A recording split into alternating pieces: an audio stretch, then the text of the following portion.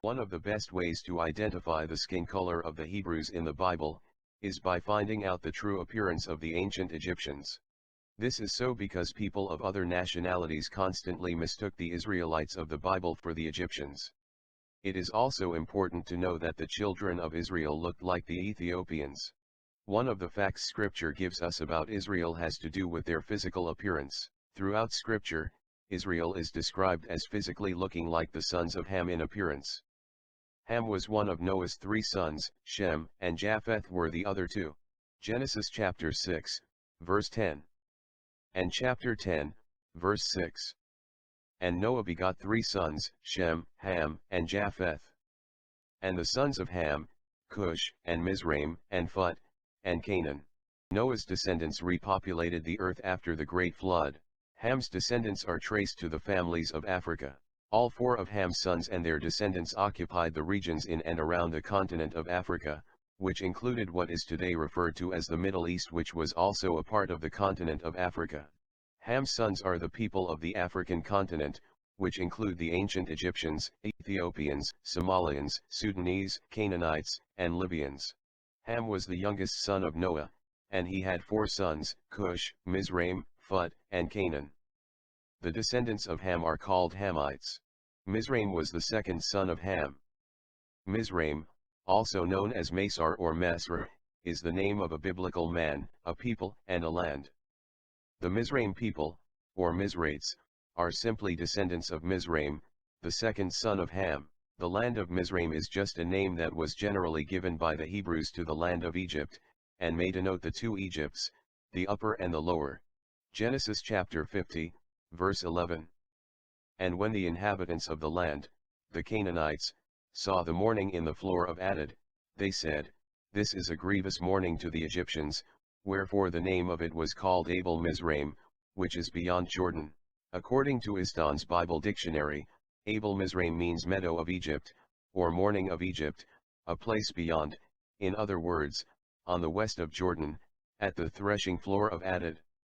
Here the Egyptians mourned 70 days for Jacob, Genesis chapter 50, verse 4 to 11. Its site is unknown. So in simple terms, Mizraim was the progenitor of the ancient Egyptians because the word Mizraim refers to the land of Egypt, and by now we know that the ancient Egyptians were descendants of Ham, and would be known as the Hamites. Zondervan Bible Dictionary asserts that, Ham, the youngest son of Noah, born probably about 96 years before the flood, and one of 8 persons to live through the flood. He became the progenitor of the dark races, not the Negroes, but the Egyptians, Ethiopians, Libyans, and Canaanites. Bible scholars agree that the Hamites are the dark races, which include the Egyptians, Ethiopians, Libyans, and Canaanites.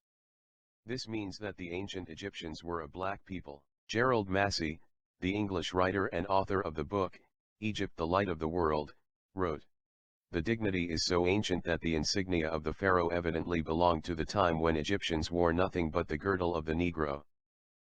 Sir Richard Francis Burton, a 19th-century English explorer, writer, and linguist in 1883 wrote the following to Gerald Massey. You are quite right about the African origin of the Egyptians. I have 100 human skulls to prove it. Scientist, Robert Taylor Pritchett, states in his book The Natural History of Man. In their complex and many of the complexions, and in physical peculiarities, the Egyptians were an African race. This fact is also supported by secular historians. Ancient Greek historians never had any confusion on the inhabitants of ancient Egypt. They knew that long ago, ancient Egypt began as a northern extension of Nubian culture and people. A Greek historian by the name of Herodotus, commonly known as the father of history, and a person we would call white, talks at length about black-skinned people. Herodotus visited Egypt 75 years after the Persians had taken over but before the Greeks, Romans, and Arabs conquered the land. He traveled the whole length of the country from north to south.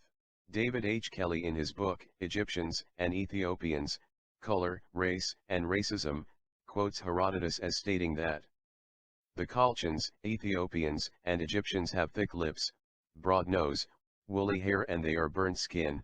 The Chaldeans are Egyptians by race. The Chaldeans were descended from soldiers of Sesostris, Senusret, an Egyptian pharaoh. I had conjectured as much myself from 2 pointers, firstly because they have black skins and kinky hair.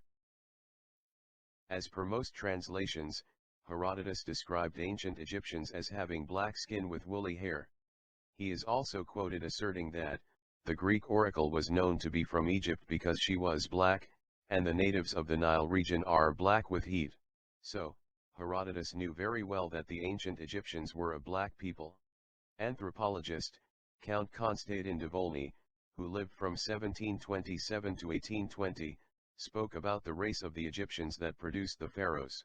He later paid tribute to Herodotus' discovery when he said, "The ancient Egyptians were true Negroes of the same type as all native-born Africans." That being so, we can see how their blood mixed for several centuries with that of the Romans and Greeks, must have lost the intensity of its original color, while retaining nonetheless the imprint of its original mold. We can even state as a general principle that the face is a kind of monument, able in many cases to attest to or shed light on historical evidence on the origins of the people. The fact that the ancient Egyptians were black-skinned prompted Volney to make the following statement: "What a subject for meditation! Just think that the race of black men today are slaves and the object of our scorn, is the very race to which we owe our arts, science, and even the use of our speech." George Rawlinson, an English author, wrote a book entitled History of Egypt. On page 252, he gives a description of Set I, the pharaoh that is believed to have been on the throne of Egypt at the time of Moses' birth. He states, Set's face was thoroughly African. He had a stormy face with a depressed flat nose, thick lips, and heavy chin. Aristotle is another Greek philosopher who confirmed the fact that the Egyptians were black. He described them in the following manner: those who are too black are cowards, like for instance the Egyptians and Ethiopians. But those who are excessively white are also cowards, as we can see from the example of women. The complexion of courage lies between the two. Notice that Aristotle put great emphasis on the Egyptians being too black. Hence, letting everyone know that the ancient Egyptians had a very dark appearance. Aeschylus was another Greek historian who wrote about the ancient Egyptians being black. He made the following statement in describing an Egyptian crew: "I can see the crew with their black limbs and white tunics." A Greek writer by the name of Lucian, when describing an ancient Egyptian boy, said, "This boy is not merely black, he has thick lips and his legs are too thin." At this point, it cannot be denied that the ancient Greeks knew that the Egyptians were definitely dark people, because they interacted with them socially, politically, and economically. Ammianus Marcellinus was a Roman soldier and historian who wrote the penultimate major historical account surviving from antiquity. He observed the following concerning the ancient Egyptians: "The men of Egypt are mostly brown and black with a skinny and desiccated look." Ammianus Marcellinus's confirmation of the fact that the Egyptians were black cannot be overemphasized. Professor Cheikh Hunter Diop was a Senegalese historian, anthropologist, physicist, and politician who studied the human race's origins and pre-colonial African culture. He wrote a book entitled The African Origin of Civilization, Myth or Reality, in which he states that ancient Egypt was a Negro civilization. The history of Black Africa will remain suspended in the air and cannot be written correctly until African historians dare to connect it with the history of Egypt.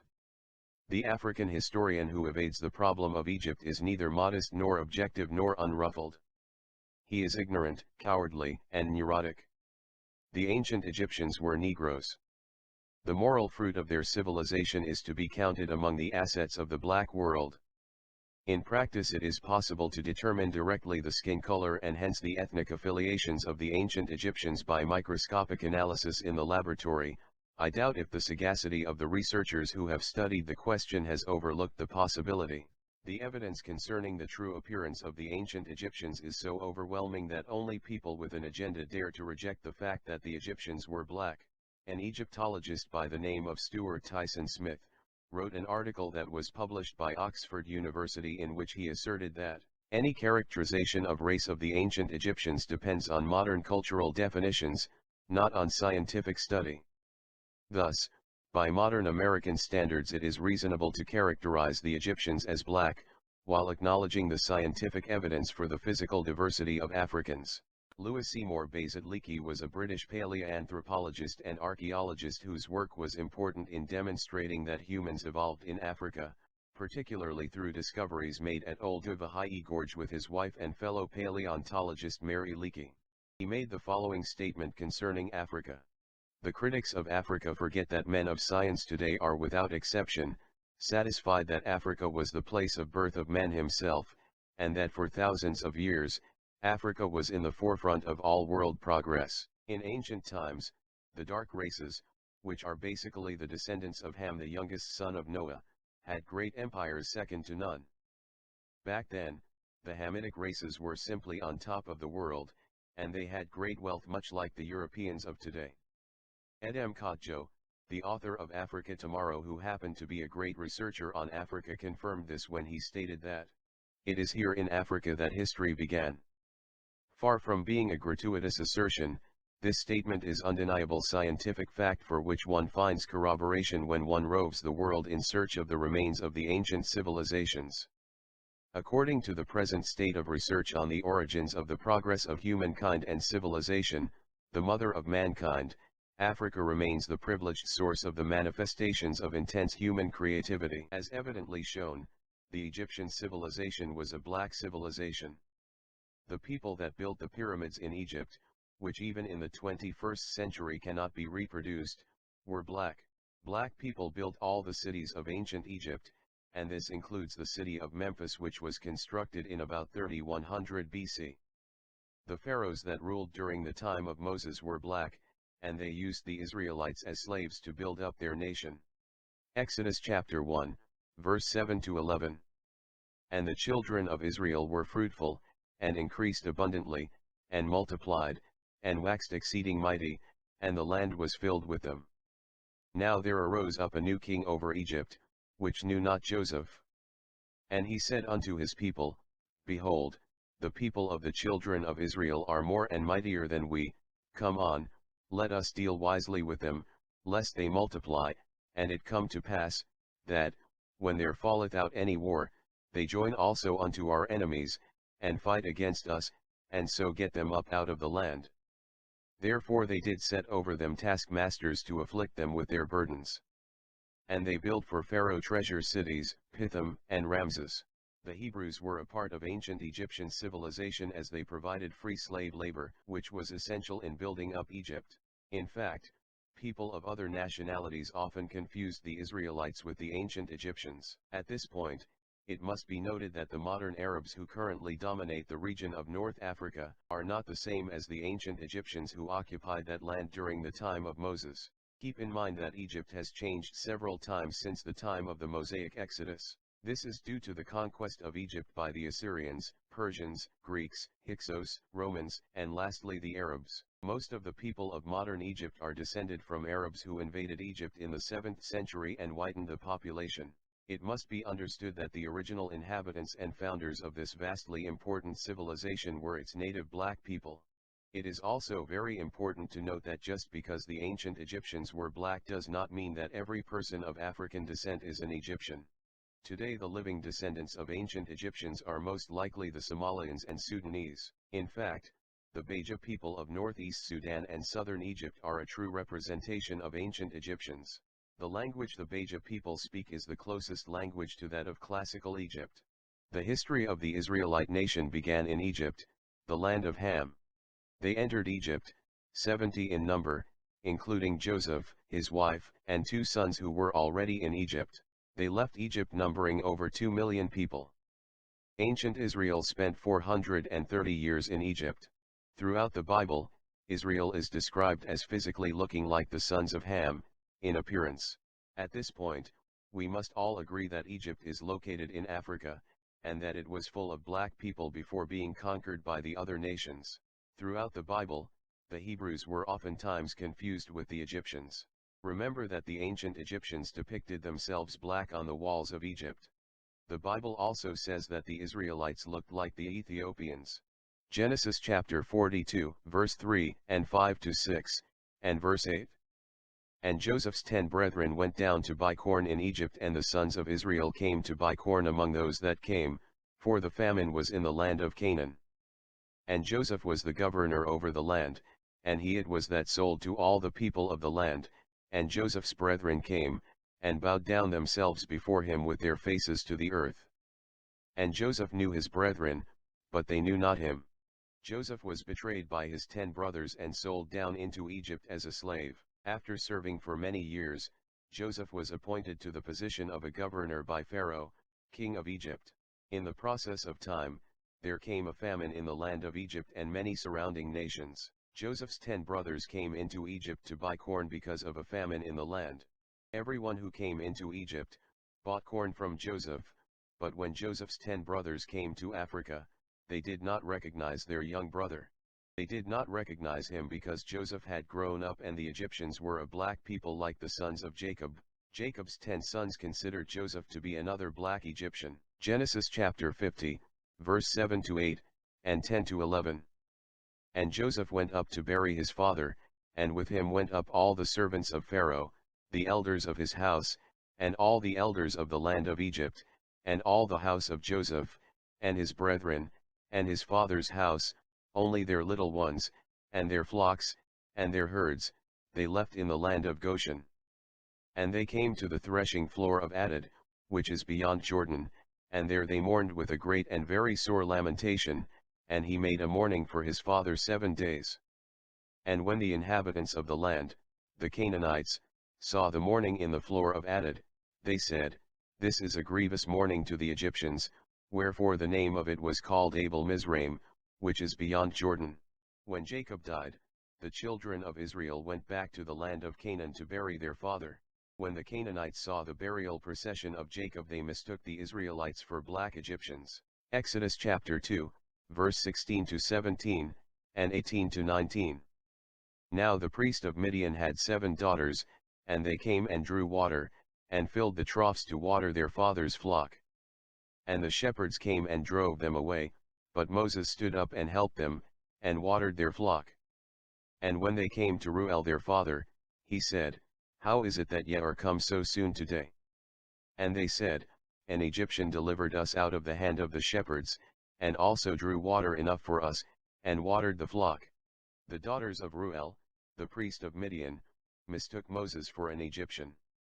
We know that the ancient Egyptians were black, so Reuel's daughters did not confuse Moses with an Egyptian because of his clothing but rather because of his black skin.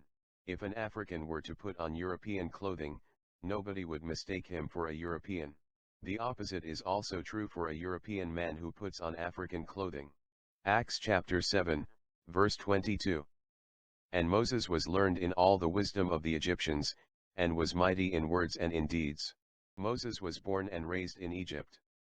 He was adopted by Pharaoh's daughter and given an Egyptian name. Moses knew how to speak both Egyptian and Hebrew, and possibly other languages as well. He had African wisdom and knowledge. This is important because the first 5 books of the Bible, Genesis to Deuteronomy, known as the Torah, were written by a man of color, raised by people of color, in Africa. Moses looked like an Egyptian, not just because of his clothing but also because of his dark skin resembling that of the ancient Egyptians. Acts chapter 21, verse 37 to 39. And as Paul was to be led into the castle, he said unto the chief captain, May I speak unto thee? Who said, Canst thou speak Greek? Art not thou that Egyptian, which before these days madest an uproar, and leddest out into the wilderness 4,000 men that were murderers? But Paul said, I am a man which am a Jew of Tarsus, a city in Cilicia, a citizen of no mean city, and I beseech thee, suffer me to speak unto the people. The apostle Paul was also mistaken for an Egyptian by the chief captain of the Roman guard. Unlike Moses, Paul was a Pharisee, and there was no way he would have been dressed like an Egyptian for him to be confused with ancient Egyptians. This means that the Israelites and the Egyptians had black skin as the main thing in common between them. The Israelites looked not only like the black Egyptians but they also had the appearance of the Ethiopians. Today, it is a well-known fact that Ethiopia is in Africa and that the Ethiopians are black. They come from Cush, who was the firstborn son of Ham, the youngest son of Noah. Amos chapter 9, verse 7. Are ye not as the children of the Ethiopians unto me, O children of Israel? Saith the Lord. Have not I brought up Israel out of the land of Egypt? And the Philistines from Caphtor, and the Syrians from Cair? The God of Abraham, Isaac, and Jacob compared his people, the children of Israel, to the Ethiopians. Notice also that strong emphasis is given on Israel's exodus from the land of the Black, Africa. Jeremiah chapter 13, verse 23. Can the Ethiopian change his skin, or the leopard his spots? Then may ye also do good, that are accustomed to do evil. In biblical times, the Ethiopians were known for their skin being very black. We know that God likened the children of Israel to the Ethiopians. This would mean that the Israelites bore strong resemblance to the Ethiopians. Cornelius Tacitus, a senator and historian of the Roman Empire who lived about CE 90, is quoted as saying, "Many assert that the Hebrews are a race of Ethiopian origins." Tacitus also said that the Hebrews were Egyptians, who left Egypt during a disease outbreak. Historian and scholar, Joel Augustus Rogers commented, "For the Romans to have considered the Hebrews Ethiopians is a clear indication of their color, because the Ethiopians are a known black people.